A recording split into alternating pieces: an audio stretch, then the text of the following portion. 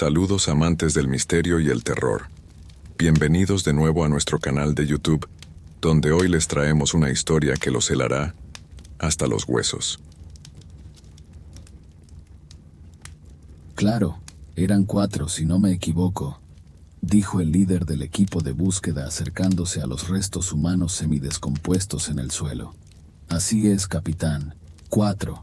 3 reincidentes y un novato que murió en los primeros días de la fuga, respondió rápidamente el sargento del servicio de guardia, que había sido apartado de su puesto para buscar a los presos fugados.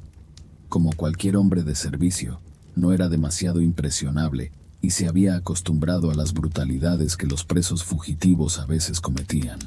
Pero esto era excesivo.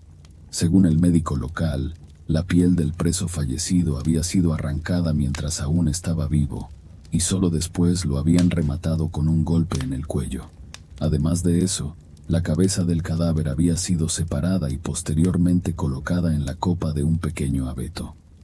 Además, las manos y los pies del cuerpo estaban clavados al tronco del mismo árbol. Para mayor efecto, el tronco del abeto había sido despojado de ramas y desde el punto de vista del sargento, parecía que estuviera mirando a un híbrido entre un ser humano y un árbol. Pero el asesino no se detuvo allí, y para que su sangrienta obra de arte luciera aún más impresionante, envolvió el tronco del abeto con las entrañas extraídas del cuerpo de la víctima. A este nauseabundo festín se unieron inmediatamente las hormigas del bosque, que se agolparon alrededor de los restos como una manta viva y rojiza. Esta visión desencadenó un ataque de vómitos incontrolables en el sargento Marvan. En lo más profundo de su ser, el soldado del convoy deseaba que este maldito cuarteto de presos desapareciera en el pantano o se convirtiera en comida para osos pardos. Pero lamentablemente, los sueños del sargento se quedaron en eso, ya que durante la segunda semana de persecución, encontraron el tercer cuerpo desfigurado, que aparentemente había sido destrozado por un humano, no por una bestia salvaje, y dado que todos los cadáveres descubiertos estaban en un estado lamentable, identificarlos resultó bastante difícil. Los restos sin manos, piernas y cabezas evocaban asociaciones tristes que rozaban el verdadero horror. Tampoco fue una excepción este, que yacía a la sombra de un pino frondoso y lucía simplemente horrendo. Completamente desprovisto de carne, se asemejaba a una pieza de un museo anatómico de la que, por alguna razón, olvidaron eliminar las partículas de material biológico que milagrosamente sobrevivieron en sus costillas. Sin embargo, no se encontraron lesiones características de la intervención de animales salvajes en los cadáveres esqueléticos. Si hubieran sido animales, seguramente habrían dispersado los huesos y habrían dificultado considerablemente la búsqueda. En cambio, las cabezas y extremidades de los presos estaban sujetas a jóvenes abetos, como partes espeluznantes de un constructor sangriento. El líder del equipo de búsqueda reflexionó. En realidad, se podía identificar el cuerpo por las etiquetas con números sujetas a las túnicas de los presos fallecidos, pero el principal indicio fue el material biológico. Después de todo, queda uno, el último fugitivo, que al parecer fue responsable de todo este horror. Seguramente es su líder, susurró el capitán, sintiendo que la caza de los fugitivos estaba llegando a su fin. Por otro lado, Fernández sabía que en este asunto no todo era tan sencillo como parecía a simple vista. Mientras tanto, el denso bosque parecía burlarse de él, balanceando sus densas ramas de las que goteaba abundante rocío matutino. De repente, desde algún lugar delante de ellos, se oyeron voces excitadas. «Lo encontramos, capitán, aquí está. Cayó en una trampa de osos el desgraciado». Se escucharon voces excitadas. Fernández se estremeció y se apresuró hacia la fuente del sonido. «Finalmente, todo ha terminado», estuvo a punto de gritar el capitán. Pero cuando Fernández se acercó al hoyo de osos rodeado por los soldados, se sintió incómodo. Lo que se le presentó al capitán ante sus ojos era difícil de creer, y solo los gigantes de coníferas sobre su cabeza Sabían lo que realmente había sucedido, pero guardaban silencio obstinadamente, observando la reacción de los buscadores impactados. Todo comenzó 2 semanas antes.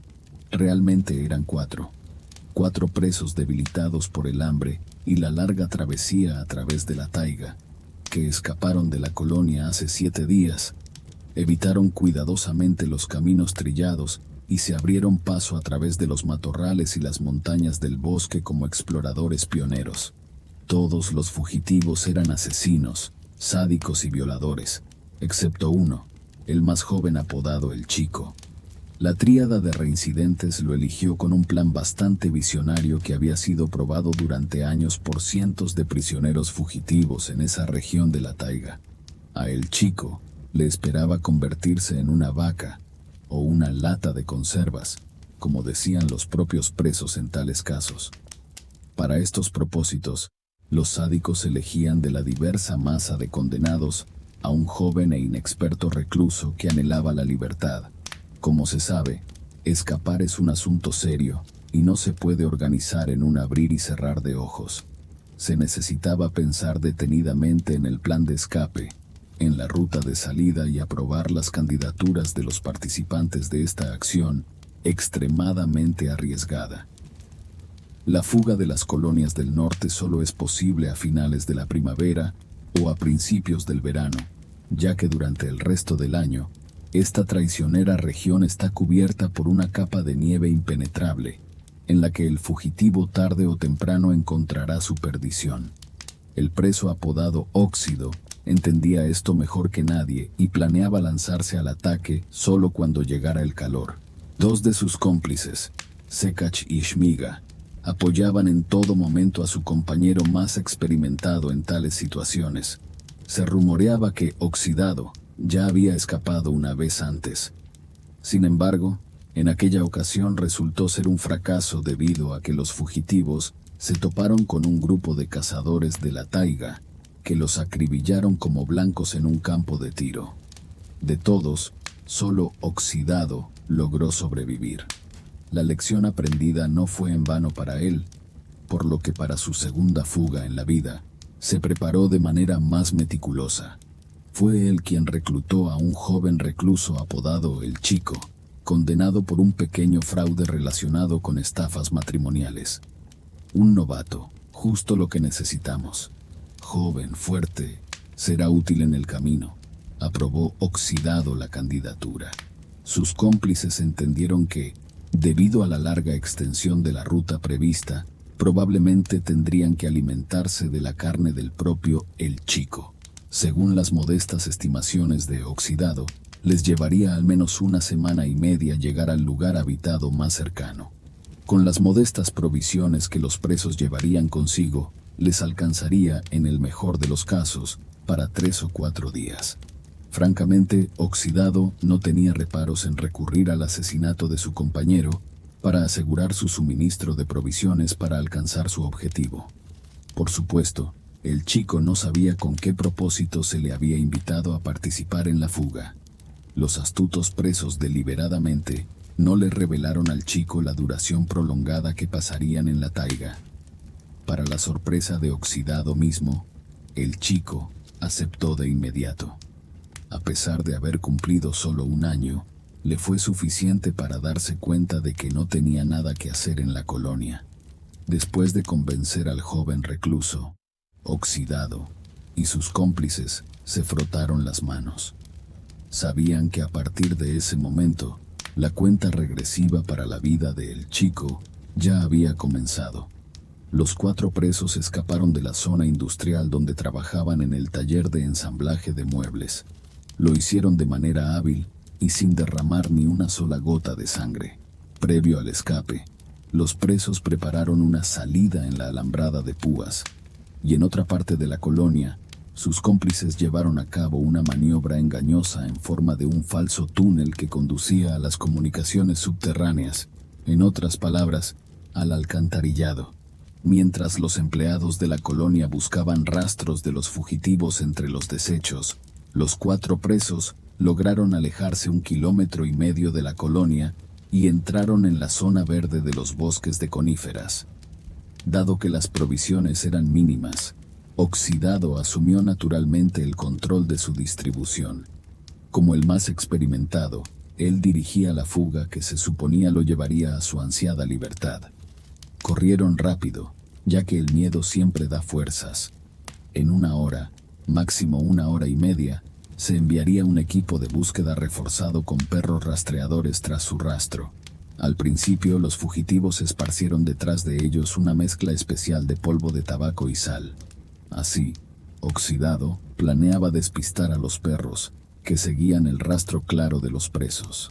Pero luego, cuando el suministro de la mezcla se agotó, los reincidentes decidieron reservarla para un enfrentamiento cercano, en caso de que los acorralaran.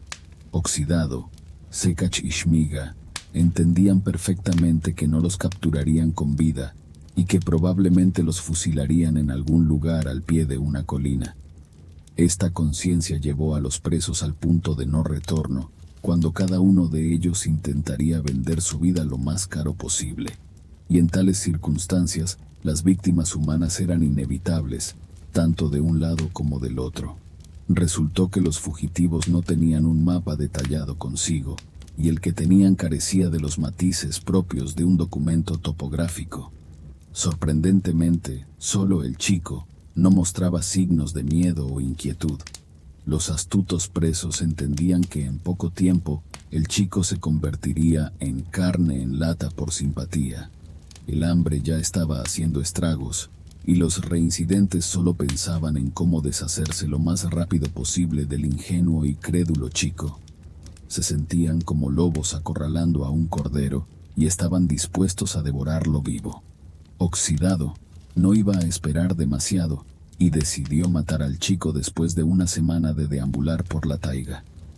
Era una noche profunda y lunar cuando el reincidente se acercó sigilosamente al chico desde un costado, sabiendo exactamente dónde golpear para una muerte instantánea y sin sufrimiento. En anticipación de un banquete inminente, sacó la punta de la lengua y sacó una navaja del bolsillo. Pero en ese preciso momento, el chico abrió los ojos y miró fijamente al preso con una mirada inquebrantable. A pesar de que estaba bastante oscuro bajo el árbol, Oxidado sentía que el chico lo veía como si fuera de día. En esa mirada no había nada humano, lo que involuntariamente provocó un intenso miedo en el alma del preso, como si fuera cera negra. Pero para enmendar la situación, Oxidado ya no tuvo tiempo. En cambio, se quedó paralizado en su lugar y observó cómo el rostro del joven recluso cambiaba. Ahora los roles se habían invertido, y era el chico quien se había convertido en el depredador. La cara de el chico se deformó en una horrible mueca, y sus ojos se volvieron como los de un lince que olía la sangre de una liebre desgarrada por garras. «Oye, ¿qué estás haciendo?», murmuró Oxidado retrocediendo. Pero el joven se lanzó sobre el recluso con toda la ferocidad que podía reunir.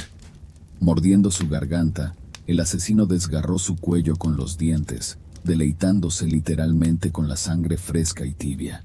Despertándose por el ruido, Sekach y Shmaiga no entendieron de inmediato lo que estaba sucediendo. Tomaron los horribles gritos de su compañero como los lamentos de un Malich moribundo, a quien habían planeado convertir en alimento. Sin entender qué estaba pasando, sacaron sus cuchillos y se lanzaron contra aquel que se retorcía en agonía. Desafortunadamente, se dieron cuenta demasiado tarde de que habían apuñalado a la persona equivocada. La conciencia llegó después, cuando bajo la luz de la luna apareció el rostro de la criatura, observándolos con la emoción de un depredador. Malich ya no era humano y rugía como una bestia salvaje, deshaciéndose de los restos de ropa empapados de sangre. Al correr, los reincidentes aterrorizados ni siquiera se molestaron en recoger sus humildes armas, con las que habían planeado matar al chico hace poco tiempo. El shock fue tan intenso que en ese momento, los cazadores se convirtieron en presa, y la criatura con apariencia humana continuó devorando la carne de Oxidado, tendido en el suelo cubierto de hojas caídas del año anterior. En lugar de dedos, Malik resultó tener garras, y su cuerpo se arqueó y literalmente creció ante sus ojos. Una sonrisa carnívora deformó su rostro, y sus orejas se afilaron como las de un lince o un lobo. Saciando su hambre, el semimonstruo inició un espeluznante ritual que ya había repetido antes. Primero se quitó la piel, luego separó la cabeza y las extremidades del cadáver, y solo entonces pasó a las entrañas. En la vida real, el monstruo no era en absoluto un preso llamado el Chico, sino un asesino en serie que mataba personas según un patrón que solo él entendía. Sergei Voronov, como se llamaba en la vida real, se había encarcelado intencionalmente por un delito menor para confundir a los rastreadores que iban tras él y cumplir una breve condena tras las rejas. El cálculo del asesino era simple: presentarse ante los astutos presos como una víctima y luego matar a los tres, aparecer en la lista de los fallecidos y desaparecer en los bosques taiga. Pocas personas sabían que el secreto del nacimiento del monstruo era desconocido incluso para él. Los cuidadores del orfanato en el que creció Sergei decían que hace 25 años los encontraron en el bosque unos cazadores. Y no solo en el bosque, sino en la guarida de un lince, que al parecer lo había amamantado con su leche. Cuando el semihumano y semibestia alcanzó la mayoría de edad, fue consumido por la sed de asesinato, que se manifestaba en las horas de luna llena, y lo más sorprendente era que la mayoría de sus actos se cometían precisamente en el bosque. Allí, siguiendo algún instinto interno incontrolable, asesinaba a la gente con una crueldad especial. Dejando trozos de carne en los árboles, el asesino actuaba como un lince, ocultando los restos de su festín en los árboles. Después de despedazar a su compañero de escape, el hombre bestia siguió el rastro de los dos reclusos restantes que sobrevivieron. Matándolos uno por uno con una crueldad especial, el maníaco sangriento perdió la vigilancia y no se dio cuenta de cómo cayó en un antiguo hoyo de oso lleno de estacas afiladas. Y ahora, mirando a los perseguidores petrificados en el borde, el asesino estaba a punto de aullar de impotencia. Por primera vez en su vida, Sergei se encontró en el lugar de la víctima, atrapado como una bestia salvaje en la trampa. Al caer, una de las estacas atravesó el pulmón del monstruo disfrazado de humano, por lo que ahora podía expirar en cualquier momento. Mirando hacia abajo, el capitán Fernández no podía creer lo que veían sus ojos. Esperaba ver cualquier cosa, pero no esto. En el fondo del hoyo de oso yacía el cuerpo de un hombre que se estaba convirtiendo lentamente en un gran lince, atravesado de lado a lado por una estaca. Y unos minutos después, todo terminó y se puso fin al caso de la fuga de los 4 presos. Y por supuesto, nadie de los miembros del grupo de búsqueda prefería recordar lo que vieron en el fondo del hoyo de oso, ya que pocos creerían que existen criaturas tan sedientas de sangre en el mundo. Si te ha gustado esta historia aterradora, no olvides darle like, suscribirte y activar la campanita para recibir más contenido escalofriante como este. Y recuerda, mantente alerta y nunca te aventures solo en lugares oscuros y desconocidos. Hasta la próxima.